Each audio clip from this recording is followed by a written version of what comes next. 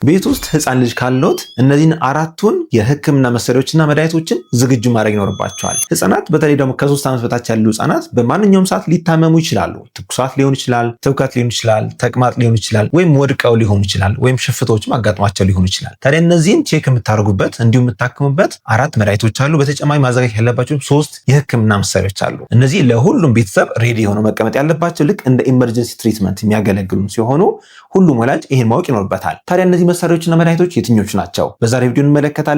ቪዲዮውን እስከ መጨረሻ ይመልከቱት። ጤና ይስጥልን፣ ዶክተር ፋሲል ነኝ፣ የህፃናት ስፔሻሊስት ሐኪም ከብሩህ ኪድስ ልዩ የህፃናትና ታዳጊዎች ክሊኒክ። በዛሬ ቪዲዮ እንዳልኳችሁ ለህክምና ግዴታ ቤት ውስጥ የሚያስፈልጓችሁ በኢመርጀንሲ ቤዝ፣ ለምሳሌ ማታ ሲታመምባችሁ ህፃን ልጅ ማድረግ ያለባችሁ ነገሮች እነግራችኋለሁ። መሳሪያዎቹ የትኞቹ ናቸው? መድኃኒቶቹ የትኞቹ ናቸው? እንመለከታለን በጥልቀት። ቪዲዮውን እስከ መጨረሻ ይመልከቱ። ይህ ቪዲዮ በሰው ጋር እንዲደርስ ከእናንተ የሚጠበቀው ሁለት ነገር አለ። አንደኛ ቪዲዮውን እስከ መጨረሻ መመልከት፣ ሁለተኛ ላይክ ማድረግ፣ ሀሳብ አስተያየት ካላችሁ ያልገባችሁ ነገር ካለ ደግሞ ኮሜንት ላይ ጻፉልን። ምናልባት ለዚህ ዩቲዩብ ቻናል አዲስ የሆናችሁ ሰዎች ይህ ብሩህ ኪድስ የሚባል ዩቲዩብ ቻናላችን ነው። ዘውትር ሰኞ፣ ሮብና አርብ ለእናንተ ለወላጆች አስተማሪ ነገሮች የምንለቅበት ነው። እናንተም ቤተሰብ እንድትሆኑ ተጋብዛችኋል።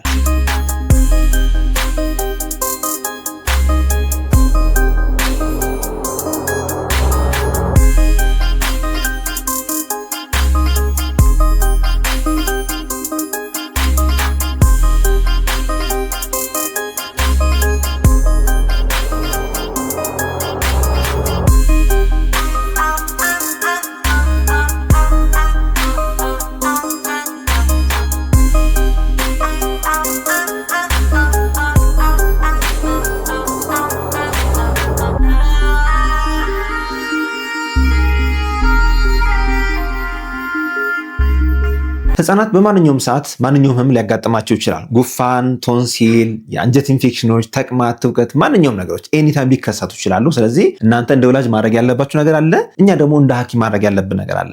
እናንተ እንደ ወላጅ ማድረግ ያለባችሁ የመጀመሪያ እርዳታዎች አሉ፣ በዛሬው ቪዲዮ በዝርዝር የምንመለከተው። ስለዚህ አፍንጫቸው ለምሳሌ ቢታፈን ምን ማድረግ አለብን? ተቅማጥ ቢይዛቸው፣ ትውከት ቢይዛቸው ቤት ውስጥ ምን ማድረግ አለብን? ምን አይነት መሳሪያ እናዘጋጅ ብሎን እነግራችኋለሁ። ከዛ በፊት ግን አንድ ነገር ላስታውሳችሁ። ምናልባት ልጃችሁ የ24 ሰዓት ህክምና ካስፈለገውና ኢመርጀንሲ ኬዝ ካጋጠማችሁ 24 ሰዓት ብሩህ ኪድስ ልዩ የህፃናትና ታዳጊዎች ክሊኒክ እየሰራ ይገኛል። ህክምና የኢመርጀንሲ ትሪትመንትም ከፈለጋችሁ ከታች ባሉ ስልኮች ደውላችሁ በአካል መምጣት ትችላላችሁ። የመጀመሪያ ቤት ውስጥ ማዘጋጀት ያለባችሁ የህክምና ዕቃ የናዛል ሳላይን ድሮፕ ወይም ስፕሬይ። ምን ማለት ነው? አፍንጫቸውን የምንከፍትበት ጠብታና ስፕሬይ። በእርግጥ ከጠብታው ይልቅ ስፕሬይ ቢሆን ጥሩ ነው። ለምን? በአንድ ጊዜ ብዙ ነገሮችን ከቨር ስለሚያደርግ ብዙ ስፕሬይ ባንዴ ስለሚረጭ ከጠብታው ይልቅ ስፕሬው ጥሩ ነው። ስፕሬውን ካጣችሁ ግን የኖርማል ሳላይን ድሮፕ ብላችሁ ከፋርማሲ መግዛት ትችላላችሁ። የኖርማል ሳላይን ድሮፕ ማለት ቀላል ነው፣ ጨው በውሃ ማለት ነው። እሱን ደግሞ ከፋርማሲ ካጣችሁ በቀላሉ እናንተው ራሳችሁ ቤት ውስጥ ማዘጋጀት ትችላላችሁ። ዝግጅቱን በተመለከተ ግማሽ ሊትር ውሃ ውስጥ 1 የሻይ ማንኪያ ጨው ይደረጋል። አብሮ ይፈላል፣ አብሮ ይፍለቀለቃል። እሱ ልክ ለብ ብሎ ሲቀዘቅዝ እሱን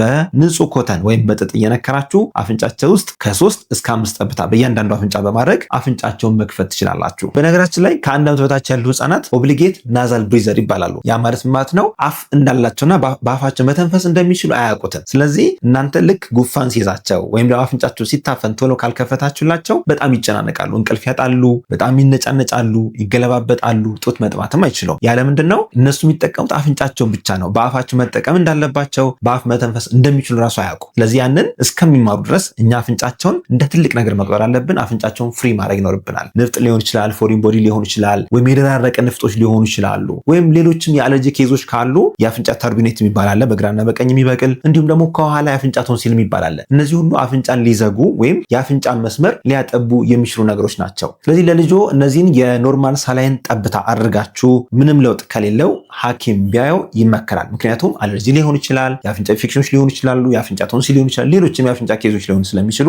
ሐኪም ብታሳዩ መክራችኋለሁ። በነገራችን ላይ ከአፍንጫ መታፈን ጋርና ከማንኮራፋት ጋር በተገናኘ አዲስ ቪዲዮ እንሰራላችሁ ከፈለጋችሁ ወይም አዲስ መረጃ ከፈለጋችሁ ከታች ስራልን እያላችሁ ኮሜንት አድርጉልን። እንደ አዲስ የአፍንጫ ቶንሲል የሚመለከትና አፍንጫቸው ሲታፈን በምን መልኩ ትሪት እናድርግ የሚለው ነገር አንድ ቪዲዮ ለብቻው ሰራላችኋለሁ። ሁለተኛ ቤት ውስጥ ማዘጋጀት ያለባችሁ ዕቃ ደግሞ የአፍንጫ መምጠጫ። አፍንጫቸው በማንኛውም ነገር ሊታፈን ይችላል ብያችኋለሁ። በተለይ ጉፋን የተለመደ ነገር ነው። ጨቅላ ህጻናት በተለይ አፍንጫቸው በጣም ጠባብ ስለሆነች በቀላሉ ይታፈናል። ስለዚህ ጠብታ ካረጋችሁ በኋላ ያ ጠብታ ንፍጡን ካራሰው በኋላ የሚመጥ ነገር ይፈልጋል። ያ በልብ ሰክሽን ወይም ናዛል ሰክሽን ይባላል። ብዙ አይነት አለ። በምስሉ ላይ እንደምትመለከቱት ይሄኛው ፍሪዳ ይባላል። ፍሪዳ ናዛል ሰከር ይባላል። ይሄኛው በራሳችሁ የምትመጡት ነገር ነው። አፋችሁ ላይ ሰክታችሁ ብላችሁ በማለት የምትመጡት ነገር ነው። መሀል ላይ ንፍጡ ቫልቭ አለው። ንፍጡ እዛ ውስጥ ይቆያል። አይዟችሁ ወደ እናንተ ላይ ይመጣ ይችላል። ሁለተኛው ኦፕሽን ደግሞ ኤሌክትሪካል ሰክሽን ወይም በባትሪ የሚሰሩ ደግሞ አሉ። በምስሉ ላይ እንደምትመለከቱት ናዛል ሰከር ሆነው ባትሪ ይጨመርላቸዋል። ጫን ስትሉት ምጥጥ እያደረገ ሊያወጣላቸው ይችላል። ሶስተኛው ኦፕሽን ወይም ደካማ ቢሆንም ሶስተኛው አማራጭ ደግሞ በልብ ሰክሽን ወይም ልክ እንደዚህ አይነት የናዛል ሰከሮች አሉ። እነዚህ አይነት ናዛል ሰከሮች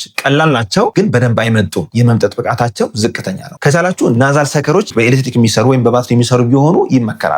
ሶስተኛ ቤት ውስጥ ማዘጋጀት ያለባችሁ መድኃኒት የፓራሲታሞል ወይ ሰፖስተሪ ወይም ሾፕ። በተለይ እድሜያቸው ከ6 ወር በታች ከሆነ ፓራሲታሞል የሚመከረው፣ ከ6 ወር በላይ ከሆነ ግን ፓራሲታሞልም አይቡፕሮፌንም እንደ አማራጭ መጠቀም ትችላላችሁ። ይህን ስታደርጉ በእድሜያቸው ልክ ምን ያህል እንደሚያስፈልጋቸው ሁልጊዜ ማወቅ አለባችሁ። ስለዚህ በአቅራቢያችሁ ባለው ፋርማሲ ላይ ለ2 ዓመት ልጅ የሚሆን ለ3 ዓመት ልጅ እንደየኪሏቸው ካልኩሌት ተደርጎ ዶዙ ይነገራቸዋል። በዛ ዶዝ መሰረት ሁልጊዜ ቤት ውስጥ ሬዲ ማድረግ ይኖርባቸዋል ማለት ነው። ድንገተኛ ትኩሳት ቢያጋጥማቸው፣ ጉፋን ቢያጋጥማቸው ወይም ህመም ኢቭን ወድቀው ራሱ ጉዳት ደርሶባቸው ያንን ህመም ለማስታገስ ፓራሲታሞልና አይቡፕሮፌን ጥሩ አማራጭ ናቸው። ሆኖም ግን ዶዙ ካነስ አይሰራም፣ ከበዛ ደግሞ ጨጓራቸውን ሊረብሻቸው ይችላል እና ባለሙያ ጋር ቀርባችሁ ለነሱ እድሜ ስንት ይመጥናል፣ ስንት ኤሜል እንስጣቸው፣ ሰፖስተሪም ከሆነ ምን ያህል እንስጣቸው፣ ግማሽ እንስጣቸው፣ 1/3 እንስጣቸው ወይስ ሙሉ ሰፖስተሪ እንጠቀም የሚለውን እንደየእድሜያቸው ማወቅ ይኖርባቸዋል። በነገራችን ላይ ትኩሳት ለህፃናት ጥቅም እንዳለው ታውቃላችሁ? አዎ፣ ትኩሳት ለህፃናት ጥቅም አለው። ሁልጊዜ አደጋ አለው ማለት አይደለም። ትኩሳት ሁለት ዋና ዋና ጥቅም አለው። አንደኛው ነጭ ደም ሴሎችን አክቲቬት ለማድረግ በጣም ይረዳቸዋል። ይህ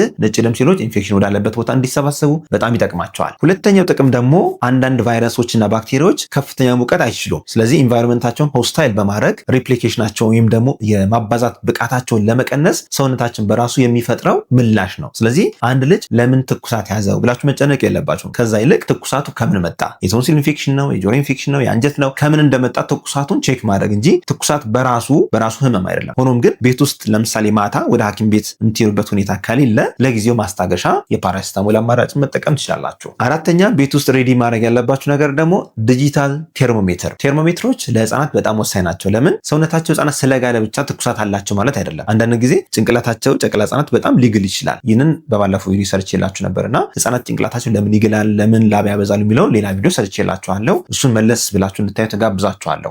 ዞሮ ግን ህፃናት ለሚከሰት ሰውነት መሞቅ በሙሉ ትኩሳት አይደለም። ትኩሳት ለማለት ቢያንስ 38 ዲግሪ ሴንቲግሬድ ማለፍ አለበት። ይህን ደግሞ ማወቅ የምንችለው በቴርሞሜትር ነው። ብብት ውስጥ የሚከተት ቴርሞሜትር በማድረግ ያንን በዲጂታል ቴርሞሜትር መለየት ይቻላል። ትኩሳት ካላቸው በኋላ ማስታገሻ መስጠት ይቻላል እንጂ ትኩሳት ሳይኖራቸው ለምሳሌ 36 37 ሆነው ሰውነታቸው ስለጋለ ብቻ ቀጥታ ፓራሲታሞል ወይም አይቡፕሮፌን ያስፈልጋቸዋል ማለት አይደለም። ስለዚህ ያን መድኃኒት ከመስጠታችሁ በፊት በቴርሞሜትር ማረጋገጥ ይኖርባችኋል ማለት ነው። ሌላው ቅድም ያልነገርኳችሁ ነገር ህፃናት ትኩሳት ሲይዛቸው ግዴታ ፓራሲታሞል እና አይቡፕሮፌን ላይሆን ይችላል። የቤት ውስጥ ህክምናው አንደኛው ህክምናው ልብሳቸውን መቀነስ ሊሆን ይችላል፣ መስኮት መከፋፈት ሊሆን ይችላል፣ ወይም ደግሞ ለብ ያለ ውሃ ውስጥ ፎጣ እየነከራችሁ ማቀዝቀዝ ሊሆን ይችላል። ቀዝቃዛ ውሃ ውስጥ አይመከርም። እንዲህ በጣም የቀዘቀዘ ውሃ ውስጥ ስትነክሯቸው አንደኛ ሰውነታቸው ቶሎ ስለሚቀዘቅዝ ያ ደግሞ ሃይፖታላመስ የሚባለው የጭንቅላት ክፍል ዲቴክት ስለሚያደርገው ምላሽ ይሰጣል። ያ ማለት ድጋሚ ሰውነት እንዲሞቅ ከፍተኛ ምላሽ ይሰጣል። ስለዚህ ሪባውንድ ፊቨር ያመጣል። ስለዚህ በጣም ከቀዘቀዘ ውሃ ይልቅ ለብ ያሉ ውሃ ውስጥ መንከር ወይም በፎጣ ማቀዝቀዝ ይመከራል።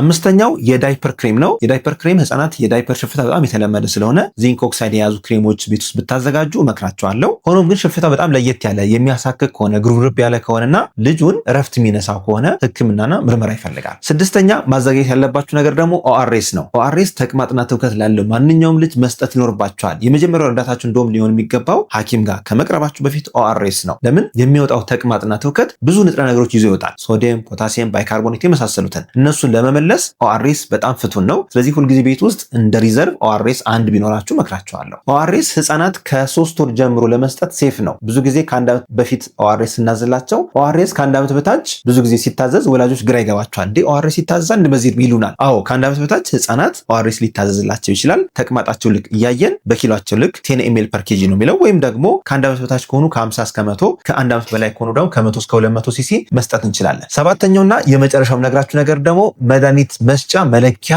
ወይም ሲሪንጅ ወይም የራሱ የመድኃኒት መለኪያ ያስፈልጋቸዋል። በእርግጥ አንዳንድ መድኃኒት ውስጥ ራሱን የቻለ መለኪያ አለው፣ ሲሪንጅ መሰል ነገር አለው። ያ የሚጠቅመን ለምንድን ነው? የታዘዘላችሁ ዶዝ ኤግዛክትሊ ያችን ዶዝ ለመስጠት ይረዳቸዋል። አንዳንድ ጊዜ 2.5፣ አንዳንዴ 7.5፣ አንዳንዴ 5 ኤምኤል ይታዘዛል። ያ ዶዝ በትክክል በዛ ልክ በኪሏቸው ልክ የሚታዘዝ ስለሆነ መድኃኒቱ ኢፌክቲቭ እንዲሆን ያንን ለመስጠት ያቺ መለኪያ በጣም ወሳኝ ነች። ያንን ለማድረግ ወይ ሲሪንጅ መጠቀም ትችላላችሁ፣ ወይ ደግሞ መድኃኒቱ ውስጥ ራሱን የቻለ መለኪያ ካለው እሱ መጠቀም ትችላላችሁ። በማንኪያ የሚሰጡ ነገሮች ብዙ ጊዜ ሊያሳስቱን ስለሚችሉ ከማንኪያ ይልቅ መለኪያውን ብትጠቀሙ መክራችኋለሁ። በመጨረሻ የምነግራችሁ ነገር ለኢመርጀንሲ ትሪትመንት የኢመርጀንሲ ስልክ ቢኖራችሁ ጥሩ ነው። ወየሆስፒታል ወየክሊኒክ በአቅራቢያችሁ ባለው የኢመርጀንሲ ሕክምና ባለበት ቦታ ማሳከም ትችላላችሁ። እኛም ክሊኒክ ላይ ብሩኪድስ ልዩ የህፃናትና ታዳጊዎች ክሊኒክ 24 ሰዓት አገልግሎት እየሰጠን እንገኛለን። ከታች ባሉ ስልኮች ደውላችሁ የ24 ሰዓት አገልግሎት ማግኘት ትችላላችሁ። ዶክተር ፋሲል ነኝ፣ የህፃናት ስፔሻሊስት ሐኪም ከብሩኪድስ ልዩ የህፃናትና ታዳጊዎች ክሊኒክ። ቤተሰብ እንድትሆኑ ተጋብዛችኋል።